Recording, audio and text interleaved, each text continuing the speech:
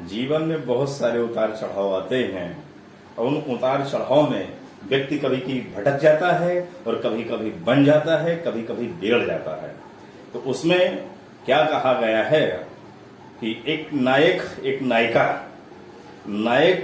नायिका से बेहद मोहब्बत करती है। उस पर एक शेर अर्ज है कि फिराक यार अब जान लबों पे आई है, फिराक यार अब जान लबों पे आई है, आह उस शोख ने तिस पर न रहम खाई है, आह उस शोख ने तिस पर न रहम खाई है, अपने बेगाने छोड़कर जहां में रुसवाई है, अपने बेगाने छोड़कर जहां में रुसवाई है, दिल लगा के यार हमने क्या खूब सजा पाई है, दिल लगा के यार क्या खूब सजा हमने पाई है।